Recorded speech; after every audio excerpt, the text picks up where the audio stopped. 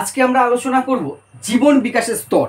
আমাদের সাইকোলজিক্যাল যে বেস আছে এডুকেশনের সেকেন্ড অধ্যায় এসএলএসটি এডুকেশনের খুব ইম্পর্টেন্ট। আমরা আগের দিন জীবন বিকাশের স্তরগুলো আলোচনা করেছিলাম। এবার প্রত্যেকটা স্টেজের বিকাশগত বৈশিষ্ট্য। আজকে প্রথম বিকাশগত বৈশিষ্ট্য আমরা আলোচনা করব শৈশবকাল, ইনফ্যান্সি। গত ক্লাসেই বলেছি যে শৈশবকাল হচ্ছে জীবন বিকাশের ফার্স্ট স্টেজ, প্রথম স্তর। সাধারণত বয়সটা কত বলেছি? 0 থেকে বা জন্ম থেকে 5-6 বছর। কেন 0 থেকে, কেন শুধু 5 বা শুধু 6 নয়, সেটা নিয়ে গতকালকে বলেছি। 0 থেকে বা জন্ম থেকে 5-6 বছর বয়স পর্যন্ত এভারেজ সময়কালটাকে শৈশবকাল ধরা হয়। শৈশবকালে যারা বিলং করে তাদের কি বলা হয়? তাদের বলা হয় শিশু। এখানে কিন্তু আর ছেলে মেয়ে, পুরুষ শিশু, মহিলা নারী শিশু এরকম কোনো ব্যাপার নেই, কারণ শিশুদের কোনো লিঙ্গগত বৈষম্য বা তফাৎ বা ভেদাভেদ করা যায় না বা করা হয় না। ছেলে মেয়ে উভয়ই হচ্ছে এখানে কি শিশু। এবার শিশুদের যে বিকাশগত দিক আছে অ্যাকর্ডিং টু সিলেবাস আমাদের 3টে এরিয়া আলোচনা করতে বলেছে: ফিজিক্যালি, কগনিটিভ, সোশ্যাল, অর্থাৎ দৈহিক, মানসিক বা বৌদ্ধিক এবং সামাজিক, এই 3টে। এবার এখান থেকে খুব ইম্পর্টেন্ট পয়েন্টগুলোকে আমি তুলে এনে সহজভাবে আলোচনা করবার চেষ্টা করব, যাতে আমরা এমসিকিউগুলোর অ্যান্সার করতে পারি, আবার ডিপলিও বুঝতে পারি। দুটো দিক দেখতে হবে। তাহলে শৈশবকালের বিকাশগত বৈশিষ্ট্যের 3টে ভাগ। তার প্রথম ভাগটা তাহলে কি হবে? প্রথম ভাগটা হবে তোমার যে দৈহিক বিকাশ। দৈহিক কথাটা কোথা থেকে এসছে? দৈহিক কথাটা এসছে দেহ থেকে। দেহ থেকে দৈহিক কথাটি এসছে। দৈহিক বিকাশ বা বায়োলজিক্যাল বলতে পারি আমরা, হচ্ছে জৈবিক বিকাশও বলতে পারি কিন্তু এটাকে। দৈহিক বিকাশ প্রথমত যেটা হয়, এবার দৈহিক বিকাশের আবার কতগুলো দিক দিয়ে কিন্তু দেহের ক্ষেত্রে শিশুদের। এবার তুমি এটা হবে একটা, যখন তুমি এটা পড়ছো বা ভাবছো, তোমার মধ্যে একটা জন্মের পর থেকে 5-6 বছর বয়স পর্যন্ত শিশুর দেহের কি কি ইমপ্রুভ হয়, কি কি বিকাশ। বিকাশ মানে কি? আমরা তো বলেছি আগের ক্লাসে, ডেভেলপমেন্ট, উন্নতি। কোন কোন দিকের উন্নতি হয়? শৈশবে প্রথমত যেটা হয় কি, উচ্চতার বিকাশ হয়, তাই তো। 1 নম্বর যেটা দৈহিক যে উচ্চতা আছে, সেই উচ্চতার বিকাশ ঘটে শিশুদের। উচ্চতার বিকাশ বলতে জন্মের সময় কি উচ্চতা থাকে? একটা শিশু যখন জন্মায় মোটামুটি 19 থেকে 20 ইঞ্চি মতো তার হাইট থাকে।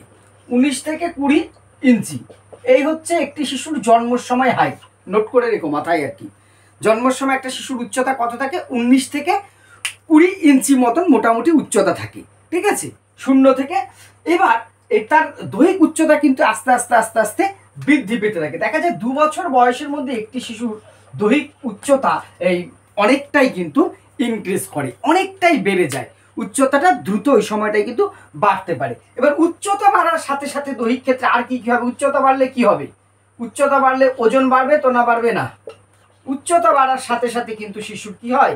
ওজন। কারণ আমরা বৃদ্ধি বিকাশ পড়ার সময় বলেছিলাম যে উচ্চতার ওজন, কারণ একটা মানুষের হাইট যদি বাড়ে তার ওজনও তোমার যে বাড়বে। সাধারণত 0 থেকে জন্ম থেকে 4 মাস পর্যন্ত যখন জন্মায় একটা শিশুর মোটামুটি ওজন থাকে 5.5 থেকে 9 পাউন্ডের মধ্যে।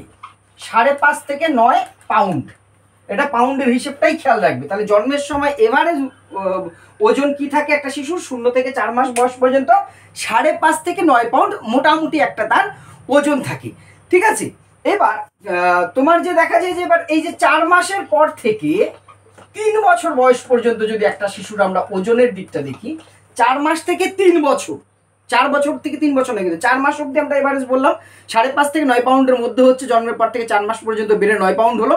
এবার 4 মাস থেকে 3 বছর বয়স পর্যন্ত যদি আমরা দেখি, এই সময় কিন্তু তার ওজন প্রায় আরও 5 পাউন্ড মতন তোমার যে বেড়ে যায়। এই সময় আরও কিন্তু 5 পাউন্ড মতন প্রায় ওজন বাড়ে। এবার 3 থেকে 5 বছর বয়স পর্যন্ত, মানে প্রায় শৈশব শেষ হতে হতে, শৈশবকাল শেষ হতে হতে শিশুর ওজন কত হয়? প্রায় এই যে যা জন্মেছিল প্রায় তার ওজন প্রায় 5 গুণ পর্যন্ত কিন্তু বেড়ে যায়। জন্মগত সময়ের ওজন আর শৈশব শেষের ওজনের মধ্যে তফাৎ এভারেজ। আমি আগেই বলেছি বিকাশ কিন্তু সবার ক্ষেত্রে সমান হবে এর কোনো ব্যাপার নেই, ম্যান টু ম্যান ভেরি করে, এটা একটা এভারেজ ধরে নেওয়া হয়। তাহলে জন্ম থেকে আর শৈশবের শেষ প্রান্ত পর্যন্ত বিকাশগত বৈশিষ্ট্যের মধ্যে কতটুকু তফাৎ হতে পারে, কতটা বৃদ্ধি পেতে পারে? প্রায় 5 টাইম, 5 গুণ বৃদ্ধি পেতে পারে কিন্তু ওজন। এছাড়া যেটা হয়, তাহলে আমরা দৈহিক বিকাশের উচ্চতার বিকাশ বললাম, ওজনের বিকাশ বললাম, আরো 2-3টে দিক বলবো। আর 2-3টে দিকের মধ্যে এবার যেটা আছে দৈহিক কাঠামোর পরিবর্তন, 3 নম্বর যেটা কাঠামো। কাঠামো বলতে কি, বাঙালি ইংরাজি ভালো বুঝি, স্ট্রাকচার যেটা দেহের যে স্ট্রাকচারটা আছে, আমার ওজন বাড়ছে, আয়তন বাড়ছে, তাহলে কি শুধু বাইরের চামড়াটাই বাড়বে, ভেতরের কাঠামোটা চেঞ্জ হবে না? অর্থাৎ অস্থি মজ্জা আর যা যা আছে আমার যন্ত্রপাতি, সেই কাঠামোটা টোটালটা যেটা একটা তো আগে কাঠামো রয়েছে যে বডিটা, তার উপরে তো চামড়া পেশি টেশি দিয়ে তৈরি করা হয়েছে, উপরওয়ালা বানিয়ে দিয়েছে, তো সেই কাঠামোটাও পরিবর্তন হচ্ছে। এই সময় কিন্তু দৈহিক কাঠামোর দ্রুত পরিবর্তন হয়, প্রায় তোমার যে গঠন হয়ে যায় কিন্তু কাঠামোর একটা মূল ভাবটা। দেখবে 5-6 বছর বয়সের বাচ্চাকে দেখে বোঝা যায় সে হাইট তার বেশি হবে না কম হবে, কেমন তার মুখের আকৃতি, মুখমণ্ডলের গঠনটা কিন্তু বাবার মতন হয়েছে, মায়ের মতন হয়েছে, ঠামার মতন হয়েছে, দাদুর মতন হয়েছে, পিসির মতন হয়েছে। এই যে একটা মুখমণ্ডল অর্থাৎ কাঠামোটার কিন্তু একটা কি হয়, তোমার যে আলাদা রকম একটা পরিবর্তন আসে। কাঠামোর পর যেটা আসছে স্নায়ুতন্ত্র, এইটা তো খুব গুরুত্বপূর্ণ, আমরা জানি আমাদের সবার জন্যই নার্ভাস সিস্টেমের ওপরই আমাদের সব কিছু ডিপেন্ড করে। স্নায়ুতন্ত্রের গঠন বা পরিবর্তন যাই বলো, এই শৈশবে কিন্তু স্নায়ুতন্ত্রের গঠনটা খুব ইম্পর্টেন্ট। 4 বছর বয়স পর্যন্ত তোমার যে কি হতে থাকে, শিশুর যখন 4 বছর বয়স পর্যন্ত শিশুর এই যে স্নায়ুতন্ত্রের গঠনটা খুব দ্রুত হয়, খুব দ্রুত। 4 বছর বয়স পর্যন্ত, কত বললাম, 4 মাস নয় কিন্তু, 4 বছর বয়স পর্যন্ত স্নায়ুতন্ত্রের গঠন খুব দ্রুত হয়। তারপরে কিছুটা কি হয়, থমকে যায়, আবার বাল্যকালে যে বাড়তে থাকে।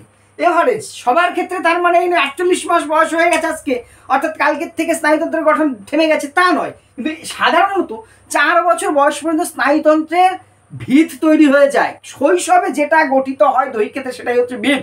বাড়ি আমি 5 তলা তৈরি করব, ভিতটার ওপর ডিপেন্ড করবে। শৈশবকালটা হচ্ছে ভিত, অর্থাৎ সেটাই আমি দোতলার ফাউন্ডেশন তৈরি করে পরে আমি ভাবলাম 5 তলা করবো, হবে না, ভেঙে চুরে পড়ে যাবে, সেই কলকাতার বাড়ি ভাঙার মতন অবস্থা হয়ে যাবে যেটা হচ্ছে। তাহলে এই সময় স্নায়ুতন্ত্রটা কি হয়, 4 বছর বয়স পর্যন্ত খুব দ্রুত বাড়তে থাকে।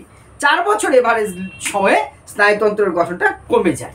এবার এর পরে যেটা বিকাশগত দিক থেকে বলবো আরেকটা, যান্ত্রিক বিকাশ। যান্ত্রিক মেশিনারি, যন্ত্র থেকে এখানে যান্ত্রিক কথাটা এসছে। আমাদের দেহের মতন বড় যন্ত্র আর কিছু আছে? দেহযন্ত্রের চেয়ে বড় যন্ত্র আর কিছু আছে? নেই। এবারে দেহর যে ভেতরের যে যন্ত্রগুলো রয়েছে, হার্ট, লিভার, কিডনি, ফুসফুস, এটা অনেক কিছু রয়েছে, তো শুধু তো বাইরে বাড়লে হবে না, ভেতরে তো বাড়তে হবে, তাই তো? বড় একটা গাড়ি, সেটা তার 125 সিসিতে চলবে না, তার ইঞ্জিন ক্যাপাসিটি সেরকম হতে হবে। রয়্যাল এনফিল্ড 125 সিসিতে চলবে না, আমার স্প্লেন্ডার চলে বলে, ঠিক সেরকম। তাহলে বাইরে যখন তার বড় হচ্ছে তখন তার যন্ত্র, ভেতরের যন্ত্রগুলো চেঞ্জ করতে হচ্ছে। সেগুলো চেঞ্জ করতে হচ্ছে, ফেলে দিচ্ছে তা নয়, সেগুলোরও ডেভেলপমেন্ট হচ্ছে। এটা অটো ডেভেলপ। আমি এই জন্য বললাম মানব দেহের মতন বড় যন্ত্র, বড় মেশিন আর কোথাও নাই। এই ভেতরের যে আমাদের অভ্যন্তরীণ শিশুর যে যন্ত্রপাতিগুলো আছে সেইগুলো কি হয়, বিকাশ হতে থাকে। আর একটা যেটা বলবো দৈহিক বিকাশের ক্ষেত্রে, সঞ্চালনমূলক বিকাশ। সঞ্চালনমূলক বলতে কি, নাড়াচাড়া, অঙ্গ প্রত্যঙ্গ, তাই তো? একদম প্রথমে কালকে বলেছিলাম বিকাশের নীতি বলতে যে যখন শিশু একদম প্রথম অবস্থায় থাকে তার সঞ্চালনমূলক ডেভেলপমেন্টটা কিন্তু অতটা উন্নত হয় না, কেন্দ্রের থেকে পরিধির দিকে যায়, প্রথমেতে সম্পূর্ণ থেকে বিশেষের দিকে যায়। ঘাড় ঘোরাতে গেলে টোটাল বডি ঘোরাতে হয় প্রথম, কিন্তু ধীরে ধীরে তার সেটা কি হয়, উন্নতি হতে থাকে। ঠিক সেরকমই শৈশবে কি হয়, এই সময় শিশুর শুধুমাত্র দেহের অঙ্গ প্রত্যঙ্গ বড় হয় তা নয়, তার সে অঙ্গ প্রত্যঙ্গগুলো সঞ্চালন হতে থাকে। হাত পা নাড়ানো, হাতের কোনো কাজ করা, এই যে ঘাড় নাড়ানো, তাই তো, হাতের আঙুল আলাদা করা, হাত ঘোরানো, এই যে এই জিনিসগুলো ধীরে ধীরে ধীরে ধীরে কিন্তু বৃদ্ধি পেতে থাকে, অর্থাৎ তার দৈহিক সঞ্চালনমূলক জায়গাটা চলে আসে। এই হলো শৈশবকালের দৈহিক বিকাশ। এইবার আসবো আমরা শৈশবকালের মানসিক বিকাশে, যার মধ্যে সবচেয়ে ইম্পর্টেন্ট হচ্ছে ভাষার বিকাশ। সেটা আসার আগে আমি একটু বরঞ্চ বোর্ডে লিখে নিই। এবার আসছি আমরা মানসিক বিকাশ, মানসিক কগনিটিভ ডেভেলপমেন্ট, মেন্টাল ডেভেলপমেন্ট। মানসিক বা বৌদ্ধিক, মন থেকে মানসিক, বুদ্ধি থেকে বৌদ্ধিক। তো মানসিক বা অর্থাৎ মনের ক্ষেত্রে কি কি উন্নতি হয় শৈশবকালে, সেইটা আমাকে দেখতে হবে। এতক্ষণ শরীর বা দেহের মধ্যে ছিলাম শিশু, এবার শিশুর মনে আমরা যাওয়ার চেষ্টা করছি।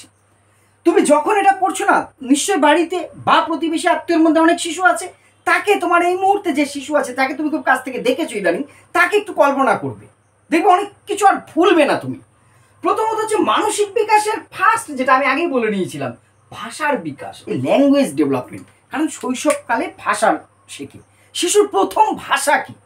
আমি জানি অনেকেই, বেশিরভাগই বলবে, কেউ বলবে মা, কেউ বলবে দাদা। না, এটা কিন্তু আসে। শিশুর প্রথম ভাষা কান্না।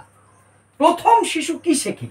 প্রথম সে কান্না শেখে। তার ভালো লাগলেও সে কাঁদে, হাসি কিন্তু পরে শেখে।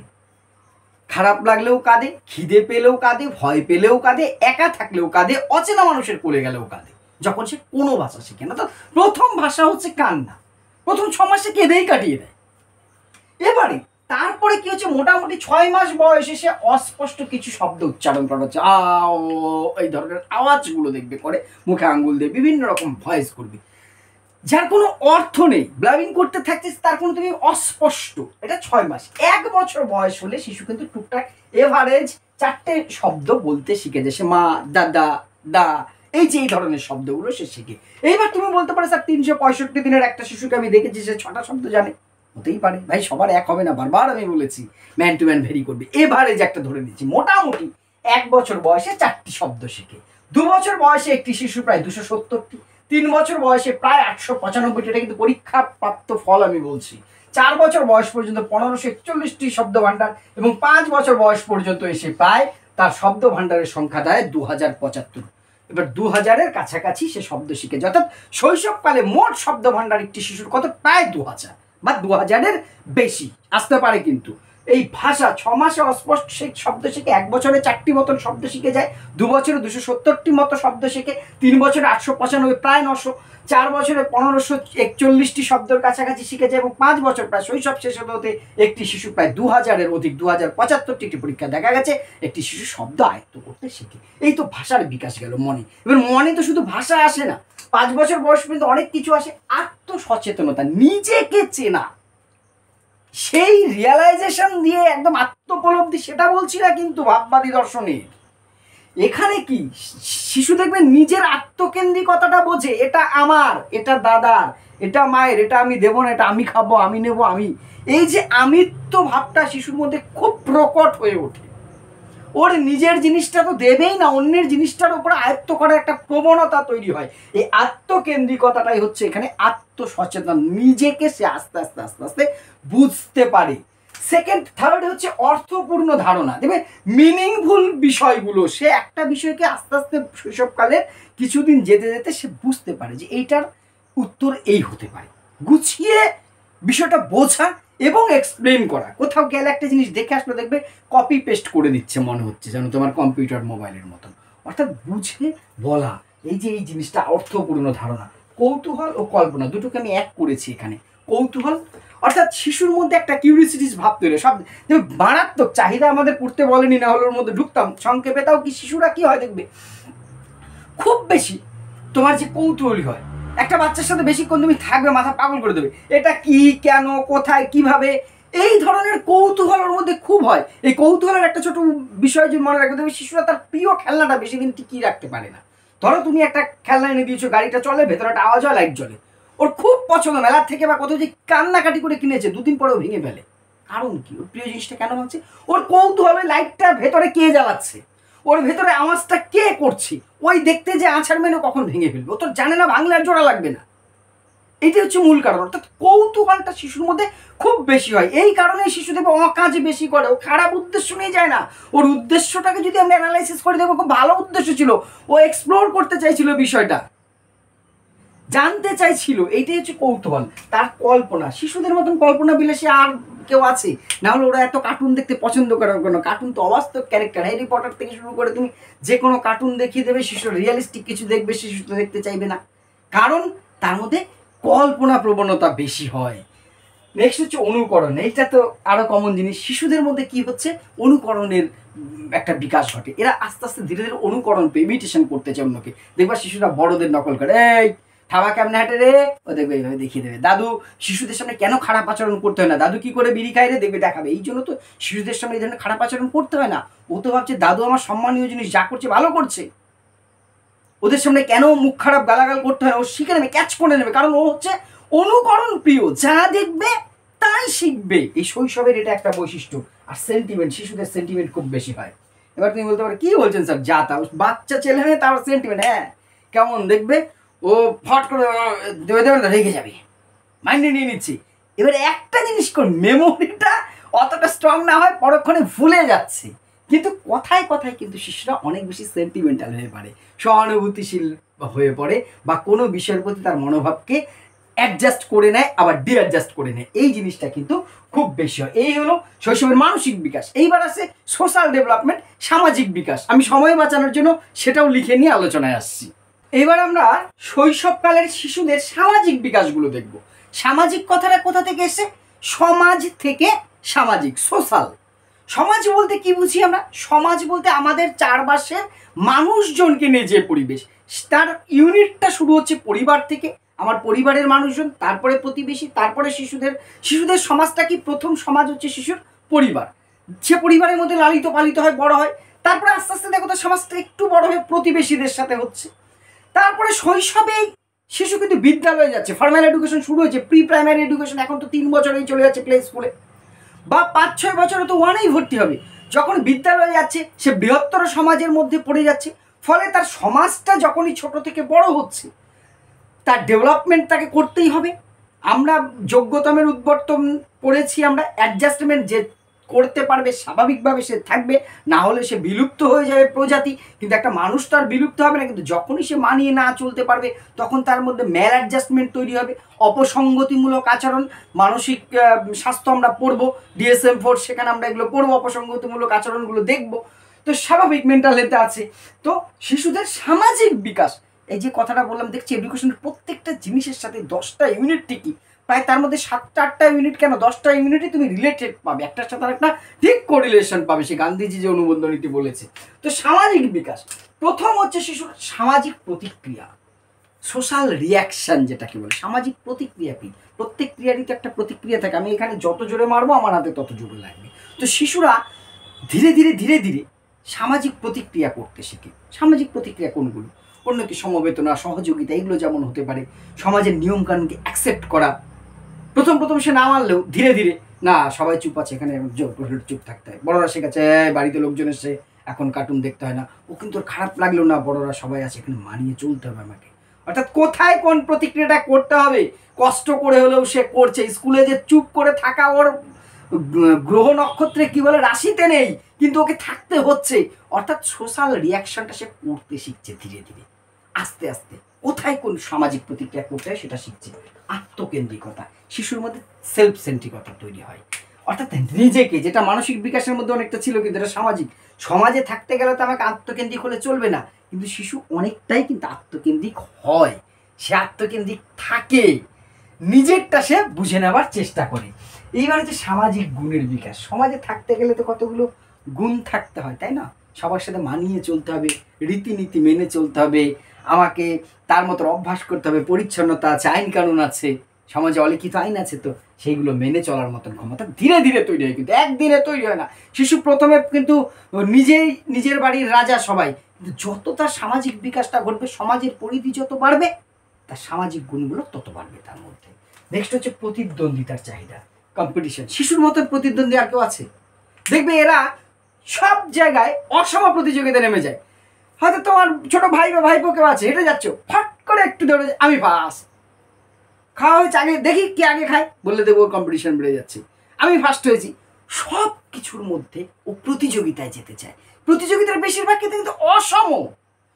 তুমি ভাবছো তুমি ওকে জিতিয়ে দিচ্ছ, ও কিন্তু সেটা ভাবছো না, হচ্ছে আমি জিতেছি।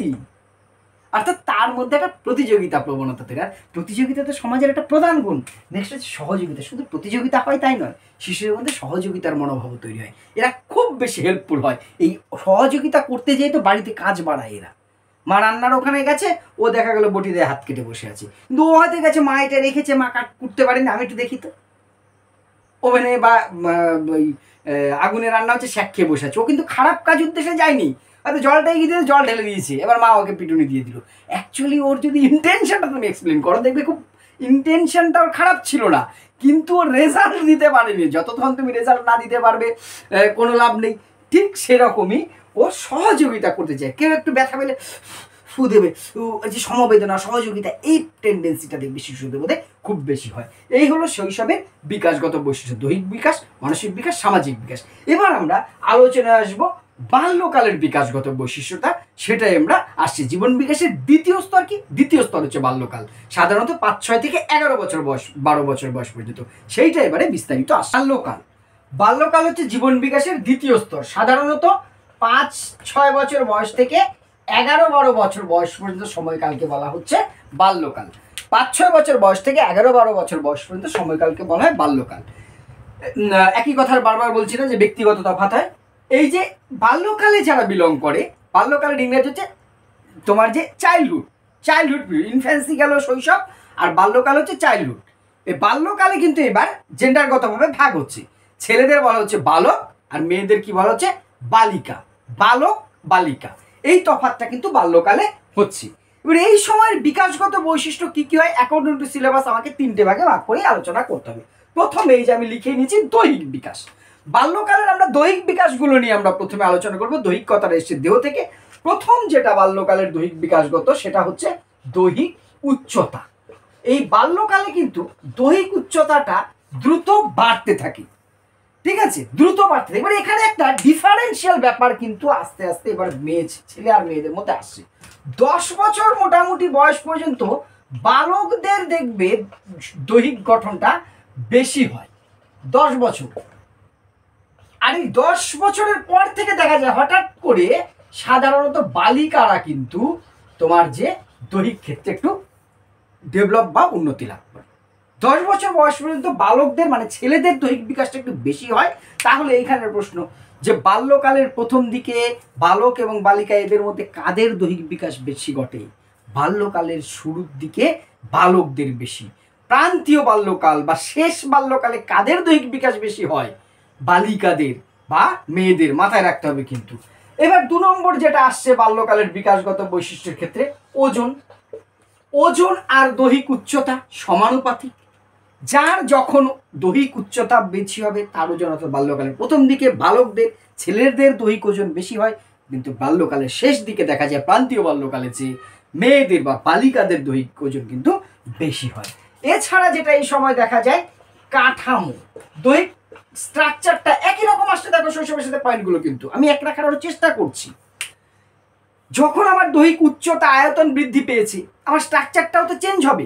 ফলে বালক বালিকাদের কি হচ্ছে দৈহিক যে কাঠামোটা আছে, মেন যে স্ট্রাকচারটা সেটাও কিন্তু উন্নত হয় এই সময় খুব দ্রুততার সাথে।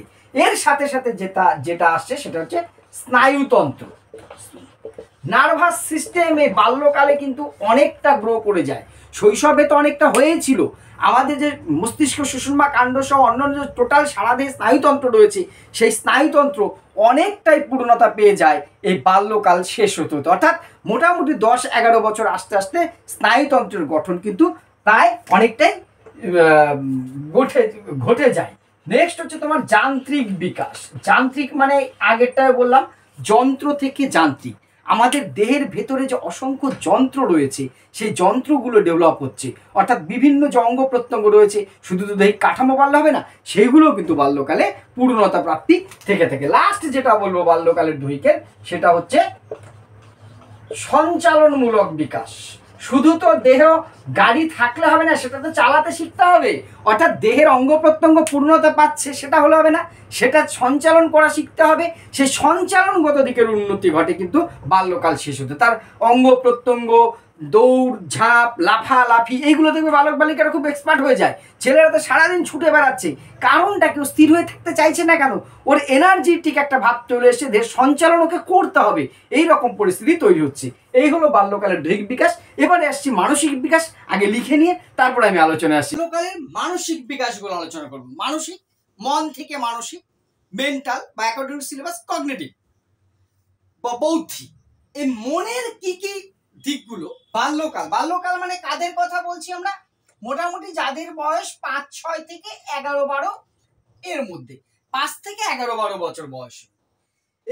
এই সময় মানসিক বিকাশে সবচেয়ে যেটা বেশি হয় প্রত্যক্ষণের পরিণতি আসে।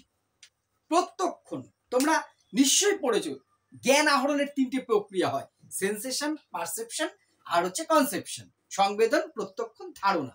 অর্থাৎ একটা বাহ্যিক উদ্দীপক যখন আমার পঞ্চ ইন্দ্রিয়ের কোনো একটি ইন্দ্রিয় দ্বারা মস্তিষ্কে পৌঁছায়, ফার্স্ট টাইম যে সরলতম অনুভূতি হয়, অর্থাৎ কেউ একটা ডেকেছে, আমার আওয়াজটা মস্তিষ্কে পৌঁছেছে, সেটা বোঝার আগে অবধি সেটা হচ্ছে সংবেদন। যখন আমি বুঝতে পারলাম যে হ্যাঁ এটা আমাকে কেউ ডাকছে আমার নাম করেই, তখন সেটা হয়ে যাচ্ছে প্রত্যক্ষণ। যখন সেই প্রত্যক্ষণটা সম্বন্ধে সঠিক জ্ঞান আমার পূর্ব অভিজ্ঞতার সাথে মিলিয়ে আমি নিতে পারি যে আমাকে এটা কমল ডাকলো, সেটা হয়ে গেল ধারণা। জ্ঞান আহরণের তিনটে প্রক্রিয়া: সংবেদন, প্রত্যক্ষণ, ধারণা। তো প্রত্যক্ষণটা কিন্তু আমাদের যে কোনো নলেজের খুব ইম্পর্টেন্ট পার্ট। সংবেদন তো আপনা আপনি ঘটবে, আমাদের পাঁচটা জ্ঞানেন্দ্রিয় যদি ঠিকঠাক থাকে সাউন্ড পৌঁছাবে, বা আমি ত্বক দিয়ে স্পর্শ করবো বা জিভে কোনো স্বাদ নেবো সেটা পৌঁছাবে, কিন্তু সেটা চিনে নেওয়ার ক্ষেত্রে এই প্রত্যক্ষণটা কিন্তু দারুণ কাজ করে। ফলে শৈশবে এই প্রত্যক্ষণটা অনেকটা অতটা গভীর হয় না, বাল্যকালে এসে কিন্তু বালক বালিকাদের এই প্রত্যক্ষণটা ম্যাচিউর হয়। তারা একটা জিনিসকে সহজে ক্যাচ করতে পারে, কোনো একটা ঘটনাকে আগের ঘটনার সাথে মিলিয়ে নিতে পারে যে হ্যাঁ এইরকম ঘটনা তো আমি আগেও দেখেছি, ও মা এইটাও যে ওই কাকাউটা না, দেখেছো? অনেক সময় কোনো ব্যক্তির মিল, ও তুমি কি ওর ওই বাড়ির লোক এটা, এই যে বিভিন্ন প্রশ্ন আসছে মানে সে পূর্ব অভিজ্ঞতার সাথে বর্তমান পরিস্থিতিটাকে মিলিয়ে নিতে শিখছে, এটাকেই বলা হচ্ছে প্রত্যক্ষণ। এইবার তার সাথে যেটা শব্দ ভান্ডার, এই শব্দ ভান্ডারের কিন্তু একটা বিস্ফোরণ ঘটে বাল্যকালে, শৈশবের শেষের দিকে বাল্যের শুরুর দিকে কিন্তু শব্দ ভান্ডারের একটা বিরাট তোমার যে তার আয়ত্ত, সে প্রচুর কথা বলতে শেখে, আনলিমিটেড টক টাইম এদের কাছে, বকে যাচ্ছে। শব্দ ভান্ডারটা ব্যাপক হয়। কল্পনার বিকাশ, বালক বালিকাদের মধ্যে কিন্তু কল্পনা বিকাশটা অনেক বেশি হয়। এরা অনেক কল্পনা করতে পছন্দ করে, যা বাস্তবে নয়। উড়ে চলে যাব, আমার যদি পাখা থাকতো আমিও উড়তাম, এই যে এইগুলো। সে অপুর কল্পনা পড়েছো তোমরা হতে পারো, সেই ছোট্ট বিভূতিভূষণ ছোট্ট অপু কি করছে, ওর মা যখন দুপুরবেলা রামায়ণ মহাভারত পড়তো গরমকালে, সেই বালক অপু চুপচাপ শুনতো, এবং শুনেও কর্ণকে খুব ভালো লাগতো, ওর খুব রাগ হতো। ও পাশে একটা বাগান ছিল, সেখানে লাঠি নিয়ে চলে গেছে, কোথায় অর্জুন, আমি অর্জুনকে পিটিয়ে মেরে ফেলবো। এই যে এই কনসেপ্ট, অর্থাৎ সে অর্জুন কর্ণ এই যুগে নেই, কিন্তু ও চলে গেছে ওর কল্পনার জগতে। অপুর কল্পনা পাঠটার নামই ছিল, আমরা পড়েছি 9, 10 আমাদের সময় ছিল। অর্থাৎ এই বালক বালিকাদের কল্পনা বিলাসটা, এরা প্রচুর ইমাজিন করতে পারে, যার কোনো বাস্তব ভীতি নাই। তারপরে কৌতূহলের বিকাশ, কৌতূহলটা শৈশবে ছিল, আর বাল্যকালের কৌতূহলের মধ্যে তফাৎ আছে। শৈশবে নিজের গাড়ি নিজে ভেঙেছে বললাম উদাহরণ, বাল্যকালে তা নয়, সে জানার চেষ্টা করছে এবং অথেন্টিক ভাবে সঠিক তথ্য সে পাওয়ার একটা প্রচুর আগ্রহ তার মধ্যে দেখা যায় বিভিন্ন বিষয়। এই তথ্য মানে সেই জটিল কুটিল তোমার যে থিসিস পেপার আবিষ্কার করা তা নয়, কিন্তু সাধারণ বিষয়ের যে এটা কেন হচ্ছে, কি, কোথা থেকে, এটা প্রশ্ন জাগে। ঈর্ষাবোধ, বাল্যক বালিকাদের মধ্যে হিংসা খুব হয়। এরা নিজের সবচেয়ে বেশি হিংসা করে বাড়িতে, অর্থাৎ সিবলিং যারা আছে ভাই বোনের মধ্যে খুব হিংসার পরিবেশ এদের। যে এই বয়সটা ভাই হলে আমাদের যেটা ভুল সবচেয়ে বলি, তোর ভাই হয়েছে তোকে আর আদর করবে না, তোর বোন হয়েছে তোকে আর আদর করবে না, এইটা তার ওই সব তার নিজের ভাই বোনের প্রতি হিংসার প্রধান কারণ। সেভাবে নিরাপত্তাহীনতায় ভোগে কিছুটা, আমাকে আদর করছে না মা বাবা, আমার ভাই বা দাদাকে বেশি ভালোবাসে, সব জায়গায় সে নিজের অধিকারটা বুঝে নিতে যেই তার মধ্যে হিংসা বোধ তৈরি। এই হলো বাল্যকালের মানসিক বিকাশ। লাস্ট হলো সামাজিক বিকাশ। সামাজিক বিকাশটা আমি লিখে নিয়ে সহজে একটু আলোচনা করছি। বাল্যকালের সামাজিক বিকাশ, সামাজিক কথাটা কোথা থেকে এসছে? সমাজ থেকে, সোশ্যাল ডেভেলপমেন্ট। বালক বালিকাদের 5 থেকে 11-12 বছর বয়সে বালক বালিকাদের দেখবে সমাজটা কিন্তু অনেক বড় হয়, কারণ 3-4 বছর বয়স থেকে সে স্কুলে যাওয়া শুরু করেছে, এখন 2.5 বছরে ভর্তি হয়ে যায়। অর্থাৎ বাল্যকাল শেষ হতে হতে একটি ছেলে প্রায় 5-6 পর্যন্ত চলে যাচ্ছে। ফলে তার অনেক বন্ধু বান্ধব, সহপাঠী, শিক্ষক শিক্ষিকা, পাড়া প্রতিবেশী, তার কিন্তু আর শুধু সে বাড়ির মধ্যে আবদ্ধ নয়। ফলে তার সমাজটা যখন বড় হবে, সেখানে সামাজিক বিকাশটাও অনেক বেশি হবে। শৈশবের থেকে বাল্যকালের সামাজিক বিকাশটা কিন্তু অনেক অনেক বেশি বড় হয়, ওয়াইডার হয়। এখানে প্রথমত হচ্ছে দলগত আনুগত্য। এই বাল্যকালটাকে বলা হয় গ্যাং এজ। এটা কিন্তু শর্টে আসতে পারে। গ্যাং এজ কাকে বলে? বাল্যকালকে। এই বাল্যকালে ছোট ছোট বালক বালিকাদের, বিশেষ করে বালকদের মধ্যে এটা বেশি হয়, এরা বন্ধুত্বের দ্বারা পরিচালিত। একটা গ্যাং থাকে দেখবে এদের সমবয়সী, ওরা ওই 3টে পকেটওয়ালা প্যান্ট কিনেছে, আমাকে 3টে পকেটওয়ালা প্যান্ট কিনতে হবে, ও এই স্টাইলে চুল কেটেছে, আমাকে তো কাটতেই হবে, ও এই আইসক্রিম কিনেছে, আমাকে এটাই কিনতে হবে, ওই একটা শার্পনার কিনেছে, স্কুলে আমি লক্ষ্য করি 5-6 ছেলেদের মধ্যে বাকিদের ওইটাই কিনতে হবে। অর্থাৎ ওই বন্ধুদের দল দ্বারা এই বয়সের ছেলে মেয়েরা কিন্তু খুব বেশি পরিচালিত হয়। একজন কর্মী মানে ও বাড়ির থেকে বেশি বন্ধুদের ডিসিপ্লিনটা মেনে চলে। এই জন্য এই বয়সটাকে মনোবিজ্ঞান বলেছেন গ্যাং এজ। এটা গ্যাং, ওই গ্যাং ওদের যে গ্রুপ থাকছে, বন্ধুত্বের গ্রুপ, তার নিয়ম নীতি দ্বারা সে পরিচালিত হতে চায় প্রত্যেকেই। এইটা হচ্ছে সবচেয়ে বড় আছে নীতিবোধের বিকাশ। বালক বালিকাদের মধ্যে কিছুটা নৈতিকতা গড়ে ওঠে। এদের যদি বোঝানো যায় না, ভালো মন্দ এরা বোঝে। শিশুদের কিন্তু বোঝাতে পারবে না তুমি, কিন্তু এটা 8, 9, 10 বছরের বাচ্চাকে, বালককে, বালিকাকে তুমি ভালো করে বোঝাও। এদের মতন কেউ বোঝেই না। একদম প্র্যাকটিক্যাল অভিজ্ঞতা থেকে বলছি আমি। ক্লাসে আমি 5, 6 এর ছেলেদের অনেকগুলো ব্যস্ত পড়ালাম, দেখেছি এদের বোঝানো গেলে এদের নীতিবোধটা যদি তুমি এদের মধ্যে একবার এস্টাবলিশ করে দিতে পারো, প্রথম কথা ও ভালো কাজ করবে, আর তোমাকে ও যে কি ভালো চোখে দেখবে যদি তুমি সেই জায়গাটা ওদের মধ্যে করতে পারো। বেশিরভাগ ক্ষেত্রে আমরা ব্যর্থ শিক্ষক হিসেবে, পিতামাতা হিসেবে বা সমাজের একজন নাগরিক হিসেবে, যার ফল আমরা ভুগি আর দোষ দিই শিশুদের। তাহলে এরা নীতিবোধের এদের মধ্যে বিকাশ ঘটে, এরা ভালো মন্দ বোঝে কিন্তু করতে চায় না। করবে কেন? বয়সের দোষ। তাকে যদি সঠিকভাবে বোঝানো যায় অনেকটা ইমপ্রুভ করা যায়। নেক্সট হচ্ছে খেলাধুলার প্রতি ভালোবাসা। এটা কোন বালক বালিকাদের নেই? আগে মাঠে খেলাধুলা ছিল, এখন ঘরে ভিডিও গেম খেলে, এই মোবাইলে। কিন্তু খেলার প্রতি এদের কিন্তু ন্যাক আছে। দেখবে এই 10-12 বছরের ছেলেদের জিজ্ঞাসা করবে তো আইপিএল এ কোন প্লেয়ার কোন টিমে খেলে, কত রান করেছে, ওরা যেন একদম নোটবুক নিয়ে বসে আছে, সব বলে দেবে, আমি তুমি বলতে পারবো না। ফলে ওদের খেলাধুলার প্রতি একটা আলাদা ভালোবাসা দেখা যায়। লাস্ট, বন্ধুত্ব দীর্ঘস্থায়ী। একটা কথা আছে না, বাল্য বন্ধু, কোথাও শুনেছি? আমারও হচ্ছে বাল্য বন্ধু। বলি না আমাদের পুরনো, কখনো কাউকে আমি বলতে শুনিনি আমার কৈশোর বন্ধু, আমার শিশু বন্ধু। বাল্য বন্ধু কথাটাই কেন? কারণ এই বাল্যকালের বন্ধুত্বই একমাত্র দীর্ঘস্থায়ী হয়। এরপরে কলেজে যে 2-1টা বন্ধুত্ব গড়ে ঠিক থাকে, প্রফেশনাল জায়গায় যে জীবনে আর তোমার বন্ধু হবে না। কিন্তু বন্ধু বলতে যদি কিছু দেখে থাকে, গড়ে পড়তে তোমার প্রাইমারি স্কুলের বন্ধুগুলো, হাই স্কুলের 5-6 অব্দি যে বন্ধুগুলো হয়েছে। তারপরে অনেক বন্ধু আসবে, নোট নেবে, নোট দেবে, স্বার্থপর হবে, ল্যাং মারবে, চলে যাবে, গন্ডগোল হবে, বন্ধুত্ব টিকবে না। বন্ধুত্ব টিকবে বেশি হচ্ছে দীর্ঘস্থায়ী হবে বাল্যকাল। অর্থাৎ বাল্যকালের বন্ধুত্বকে তারা ওই যে গ্যাং এজ, তারা এতটা সময় অতিবাহিত করেছে, এই বন্ধুত্বকে বিচ্ছেদ খুব কম করা যায়। 20 বছর পরে দেখা হলে ওরা জড়িয়ে ধরছি, আরে সুমন তোর সাথে দেখা, সেই কোথায় থাকিস তুই। এই যে এই জিনিসটা, বাল্য বন্ধুটা আলাদা জিনিস। এই জন্যই বাল্য বন্ধু বলে, কৈশোর বন্ধু, শৈশব বন্ধু কেউ বলে না। এরা বন্ধুত্বটা দীর্ঘস্থায়ী হয়। এই গেল বাল্যকালের বিকাশগত বৈশিষ্ট্য। এবার কৈশোরটা যদি এক ক্লাস আনতে যে অনেক বড় হয়ে যাবে, কারণ কৈশোরটা বোঝাতে হবে। ওইটা আমি সেকেন্ড একটা পার্টে, এর পরের ক্লাস আমি কৈশোরকাল কি, তার বিকাশগত বৈশিষ্ট্য নিয়ে আলোচনা করব। ভিডিওটি ভালো লাগলে অবশ্যই যতটা বেশি পারো শেয়ার করে অন্তত পাশে থেকো। নতুন হলে সাবস্ক্রাইব করো। ধন্যবাদ।